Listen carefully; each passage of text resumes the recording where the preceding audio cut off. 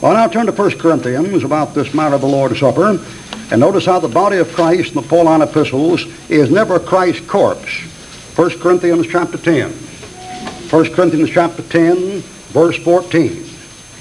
In the Pauline epistles, when Paul speaks about what we call the Lord's Supper, or communion, and the Catholics call the Mass of the Eucharist, he is very clear to tell you that the body of Christ which you partake of is not Christ's literal corpse. 1 Corinthians 10:14. Wherefore, my dearly beloved, flee from idolatry. That's a strange context, isn't it, to put in there? I speak as the wise men, judge ye what I say. Watch it carefully. The cup of blessing which we bless. We. Paul never called himself a priest, never came to be a priest a day in his life any more than any other Christian.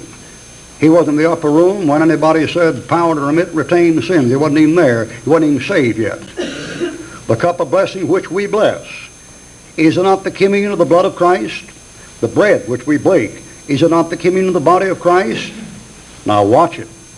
10:17. For we, being many, are one bread. The bread is people. We, being many, are one bread. It isn't Christ's corpse. We, being many, are one bread and one body. For we are all partakers of that one bread. There's a bunch of saved people. No saved people make up the body of Christ. And they partake of same book. 1 Corinthians chapter 11. 1 Corinthians chapter 11, verse 24. 1 Corinthians 11:24. When he had given thanks, he brake it and said, Take, eat, this is my body, which is broken for you. This do in remembrance of me. The idea of saying that's literal. The idea of glorying in something that's literal that proves that you've lost your senses. Whoever to break in Christ's body into 12 pieces, this is my body, which is, present tense, broken for you. A wafer isn't a piece of a broken body anyway. A wafer is not even a piece of a broken loaf. At least in some of our churches, we take a loaf of bread and break it up and pass it around. Verse 25. After the same manner also he took the cup when he had supped, saying, This cup is the New Testament of my blood. This do ye oft as you drink it in remembrance of me. For as oft you eat this bread and drink this cup, watch it, you do show the Lord's death till he come. The second coming of Christ is connected with the communion. Every Catholic in this building ever took Mass Sunday morning, you will do that to show his death till he come. You know why that's so important?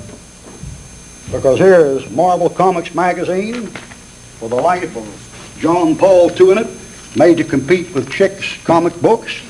And here's the life of Pope John Paul II sitting here with all of his major speeches in all his major countries. And all of his major speeches condensed here in the major countries to make him build up as a great character. He doesn't mention the second coming of Christ one time. What you're doing offering a Mass where you show the Lord's death till he come and never mention his coming. That's a strange Mass you're going to, friend. That's a strange Mass. That isn't all. Mr. Keating talking about writing a book about the dangers of fundamentalism and things. I've got news for him. It's already been written. I've got the copy right here. Fundamentalism, Anthony Giles, 1984. Neil Obstant, Nothing Objectionable, Archbishop imprinter on it. It's right there. Get mad, flip your lid, blow your switch, burn out your club plate, strip your gears. I didn't write this mess. That's written by a Catholic against fundamentalism. It's got the bishop's signature on it and the Nothing Objectionable. And the last phrase in this book says this. A good response to the fundamentalist question, are you ready for the rapture, might be, I'm so busy with the Lord's work, I haven't given it much thought. What? When your Mass says that you're to show his death till he come, and you go to Mass Sunday morning, you never gave it any thought? Well, the heart of your religion is supposed to be connected with the second coming of Christ. And you haven't given much thought, have you? The bishop's got his signature on this. He ain't given it much thought. And this thing on old Papa John Paul II here, preaching all over the world for something like 10 years, he's never brought up the matter yet. Strange religion. Amen. Amen.